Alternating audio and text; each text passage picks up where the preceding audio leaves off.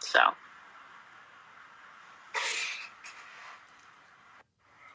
Right, so fast forward to today. My ex-husband and I are co-parenting our children. We're in a good place. So again, by sharing these touchy information, I want to share to help other people to understand where I come from and to possibly give encouragement that you can get through tough times, that you don't need to succumb to them. But at the same time, I'm trying to be, I have to be careful and mindful of what I say. I don't want to ruin what I have, right? So I'm allow him to come out with his side of the story when he wants to come out with it, if he ever decides to, right? But what I want to say is, case closed. We ended up moving in together because at that time we were not allowed to live together. I was left raising my children alone with whatever income I could, if I even had an income at that time. I don't even know. I damn near went homeless trying to raise those kids by myself. But we ended up moving in together. We started over, but it became too difficult. I was so used to raising the kids on my own. I was very strong-headed. I still am very strong-headed. He was doing what he wanted to do. And I do believe at that time he was still, infidelity was still going on. What I can say is that I caught on to it. And so we ended up going to counseling through the church for a little while, but it didn't work. And we realized that we were better off as friends. That's the nice version of it all. When I left my ex-husband, I didn't even know who I was. I literally felt like an empty shell. And it could have been because of the trauma that we had experienced, and then just going like back to back to back, trying to fix our marriage and trying to establish our family and raise our kids. And just, it was really difficult. It was really hard to leave him. I really didn't feel like I could be alone. So if you ever experience that alone, if you can relate to that alone, not the feeling of like being afraid to be alone, I did that. I moved my kids out to Howell, which is an area where I used to live, and I started over. And I ended up going on what you consider a spiritual journey. I had a spiritual experience, and I ended up going on a spiritual journey, which led me to... And they cut it. There's no way that was the end of that video. There's no way. It wasn't. It cut it. Yup. You're right. There was no way. There's no way that was the end of that video, bro. There's no way that was the end of the video, bro.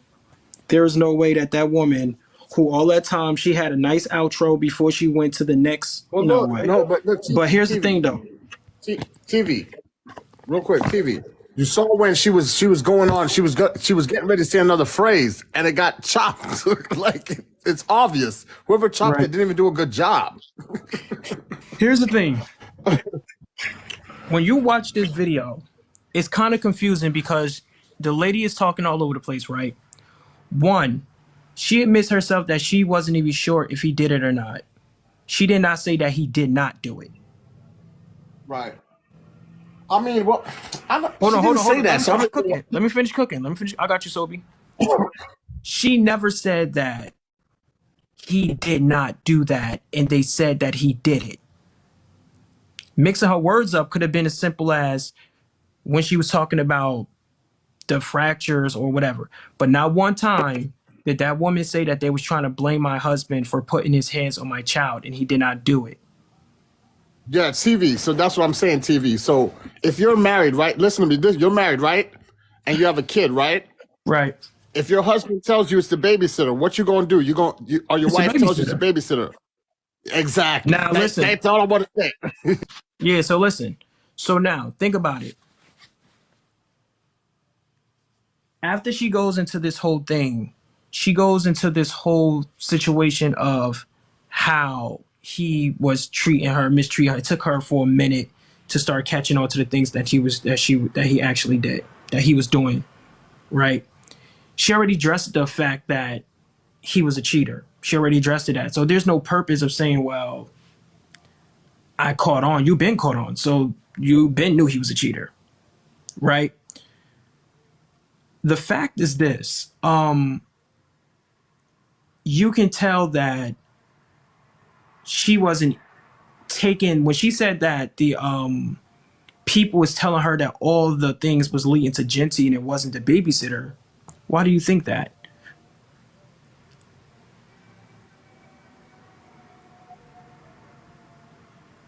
Why do you think that?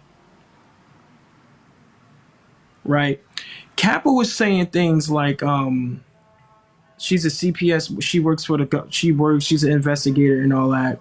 And just the part what Kappa said was cool or whatever.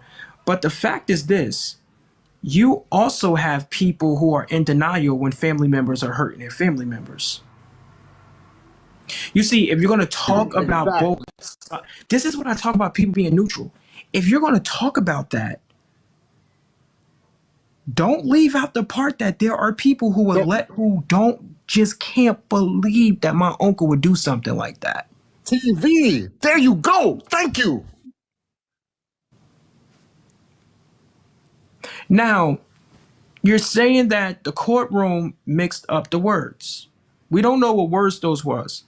But one thing I know for certain is when Patrick went over everything that they said about him, they asked him, did you read over everything with your attorney to make sure that such and such happened and you agree with this? He said yes. There wasn't no, I think y'all lying. I didn't agree to that. There wasn't no fight for it. What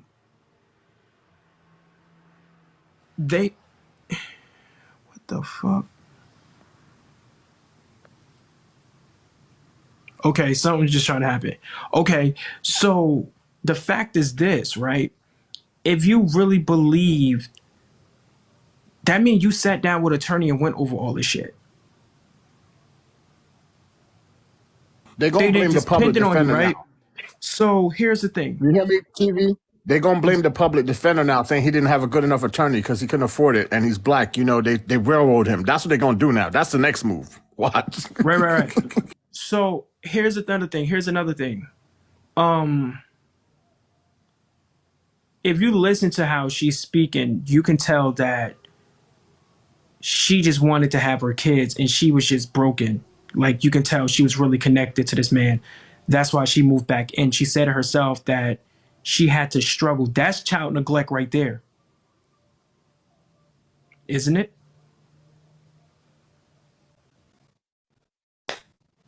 Your baby mother got to sit there. Your kids got to sit there and take care of the children by themselves. Okay, we didn't need the court to tell us that. She specifically said that she has to be careful of what she say because she don't want to mess up what she already have. Meaning she don't want to actually throw him under the bus. And she was the breadwinner. Remember that too. She was working. She was the one making all the money. So that's what I got out of it. Now, if there's any Genty followers in here who want to speak on that, they can go ahead. Now, let's talk about the trauma she took. Let's leave the kids out of it. What about the trauma that he took that woman through? What do you feel about that, ladies? Let's talk about that part.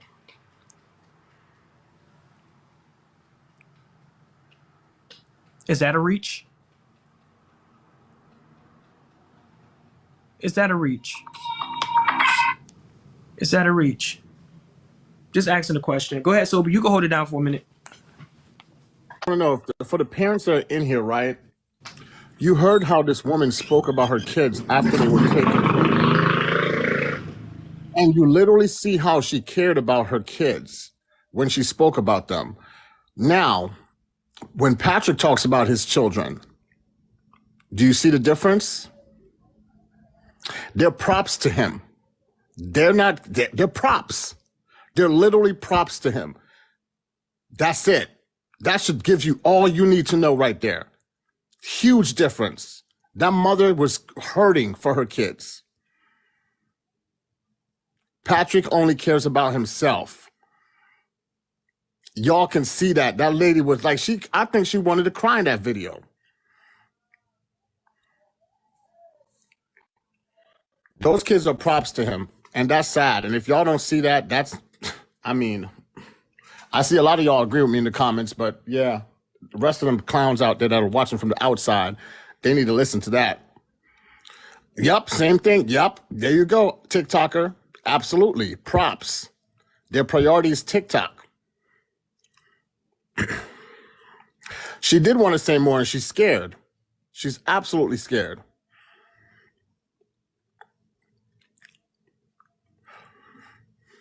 Yup, I've witnessed that too. I mean, it's like people have to understand this is how TikTok is, right? You have people that are going to create content and you have people that are watchers. And then you have people that are observers who can really observe people. And I'm telling you, before I started engaging with people on this app, that's all I did was watch. You'll be surprised how much you can pick up about a person by just watching. And they don't say, oh, you're stalking me. You're on a public platform. You cannot be stalked. So watching and observing how you operate and move, it's for the world to see. And y'all be surprised how much people learn about you just watching. Just watching. And y'all, but this is what you all wanted. You wanted to be famous, right? You wanted to be watched. You wanted to be looked at. And now you get the all eyes on you. All eyes on you.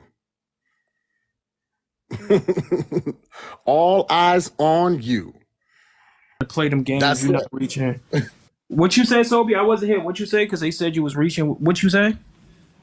I was saying that, people don't understand that on TikTok, there are content creators, there's watchers, and then there's people which are technically watchers, but they observe.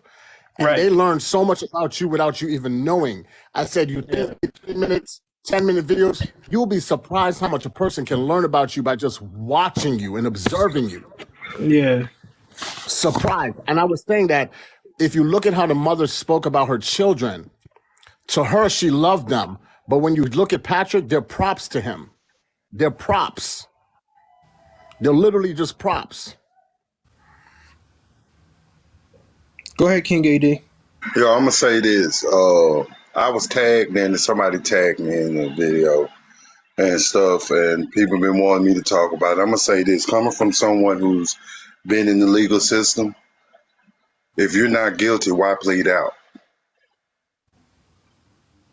Why plead out? Brother, can you say it again for me, brother, please? If you wasn't guilty, why plead out? I got locked up on a dope case. When dope was planted in my car, I got locked up. I fought that case in the state of Texas. Ended up getting the charges dropped, and they gave me a little money for locking me up. So understand something. When I see in the comments all this, no, if you're not guilty, why you plead out? Why? Why would you plead out if you're not guilty? Yeah, he said the baby said he did it. But I'm always a person that says that people can change. I'm always the type of person that say that people can make mistakes in their life and stuff, and they can change. But the thing is, don't get on the app and try to clean shit on other people's porch when your porch is just as shitty.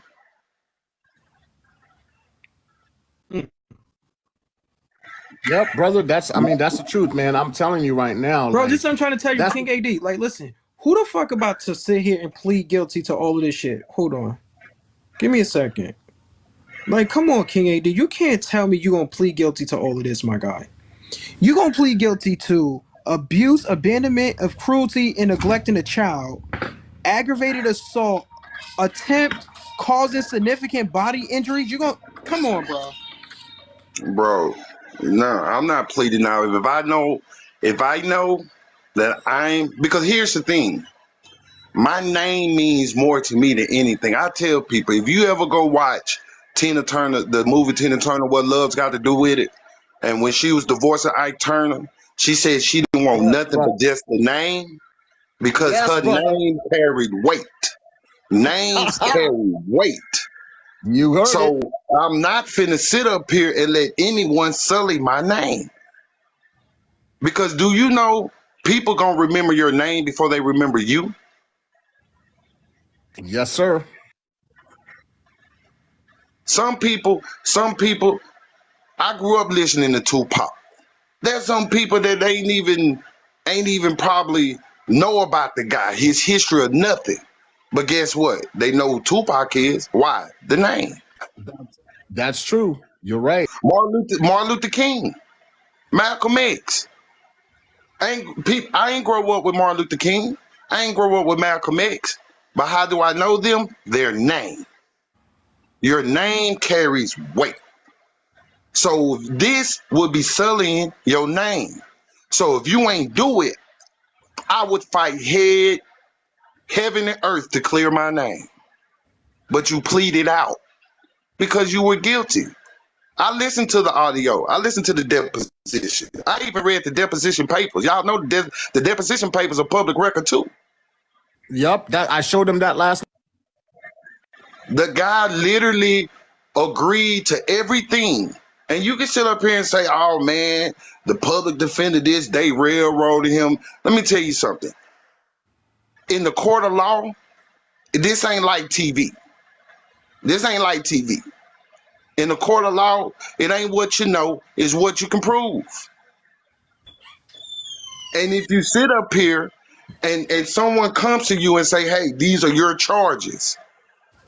This is your arraignment. These are the charges that's being brought against you. How do you plead? If you know you ain't do it, I plead not guilty. Now they would set a bond or no bond, and then the case will go to trial. Now you have a choice. You can either let the judge be the jury, or you can get a trial by jury. But if you know you ain't do it, going to trial is the best. It's the best for you. Because here's the thing. Half of the time, if you ain't do it, the other people ain't even gonna show up. Do you know how many charges were dropped on me because the police didn't show up? Because I fought when I know I didn't do that. I've got caught with weed. They tried to get a distribution charge on me. I fought the distribution and got it down to a simple possession. Why? Because I smoke. I don't sell. But you're not finna put that on me.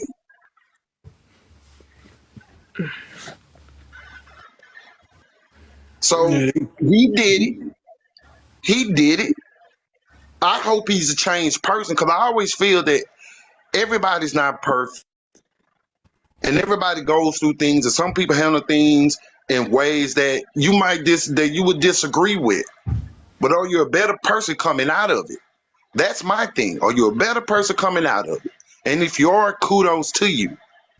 But don't get on this out and talk about other, because see, what he did to my boy Moses, now that was some bullshit, calling that man a pedo with no facts. He did that to me too, King. He did that You to me feel too. me? Yeah, he did that to Todd too. But then now we got facts that not only do you neglect your children, you abuse children.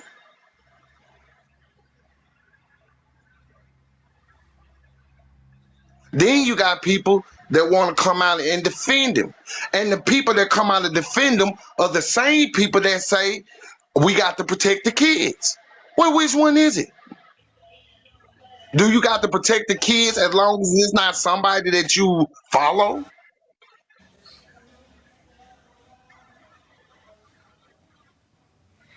And what people understand is they're saying, well, he got his kids right now, so who we protecting? It's not the fact of, okay, now he got his kids. It's the fact of you tried to tell us that you didn't do it. You can't call somebody an abuser if you are a abuser. That's what we saying. Because now, if you sitting here telling people that you're not an abuser, and people sitting on your fucking panel and you judging people like you some type of messiah, that's wrong, my nigga. It ain't like you up here saying, listen, it ain't like you up here saying, you know what? I remember I did something crazy when I was in my 20s to my children.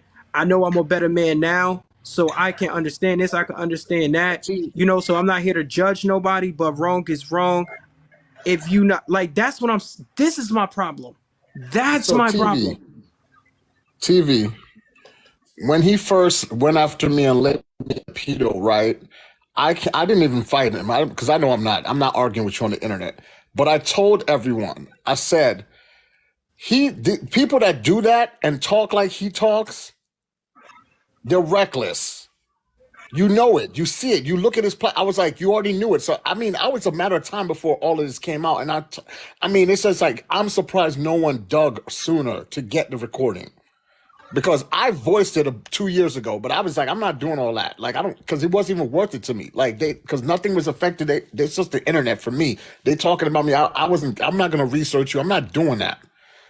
You know, but it's just like, you knew, I don't even know how you can sit here and talk about people when you knew this was in your past. What makes you think you can come on here and be the moral police for anyone? Right. When you hurt a 3-month-old, like, how can you, a 3-month, man, the baby don't even know how to hold his own head up yet. And it's not even that too, Sobe, right? This is how I knew he was a liar. And this is when I knew he was like really a liar, right? He jumped on police a whole case for saying what she said about I Speak, pew pew and I Speak. And then he got on the same app, and I said this so many fucking times, my jaw bleeding. He got on the same app and wished death on Cartel or me, Blaze. He got on this app and was just wishing death on all of us. But he said, oh, Police was wrong for, he said, oh, wow, that's crazy, this woman coming up here, but why was he able to do it? And then people like Petty Rowe, Kappa, and all of these people who's protecting him, they don't understand why we don't like him or why we hold him accountable. They're not looking at the shit that he have been doing to us. They're not looking at that, bro. Let me say, hold on. Can I say something? Can I say something real quick? Take away what he's done to us, right? Take away what he's done to us, right, y'all? And just look at what he's done to his own children. Like, forget what he did to me. I don't care. Right. I don't care about that. Like, y'all are, man, I'm fucking people. Man, you got to understand one thing, man. First of all, I tell people like this. He ain't about that life. When people get on here and people get to on the internet and social media and they get to talk about what they gonna do and blah, blah, blah, blah, yakety smackety, they ain't about that life. Because I grew up with real hitters. Real hitters don't talk. Real hitters just hit. They don't talk. They not gonna tell you, oh, I'm gonna come do this. No to that. You just gonna get a knock on your door. Or you just gonna get caught slipping. You know, so because what made me started putting my bullseye on him was when he attacked Moses. And here's the thing about that situation. I was in the original live. That started the whole Moses pedo stuff. I was in the original live. The original live. I know why, what was talked about, why it was talked about, what was said. I was there. I was on the panel. So when I came to Genty's live and I didn't say a word, I didn't get in the panel, I stayed, I watched. Like Sobe say, you learn a lot from observing. You learn a whole lot from observing. You ain't got to tell me nothing. I can just watch the way you conduct yourself, and I can basically tell you who you are. Because action speaks louder than words. And the whole time I'm like, this dude is, he's two-faced. He double speaks. He's unhinged. He's not rap type.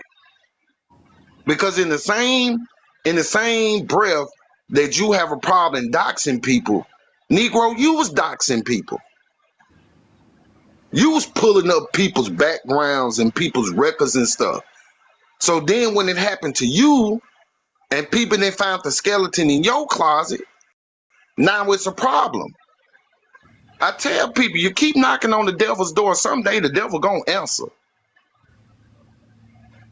What he should have done was kept his mouth shut. But he did it for the likes and the follows and for the clout and to be famous.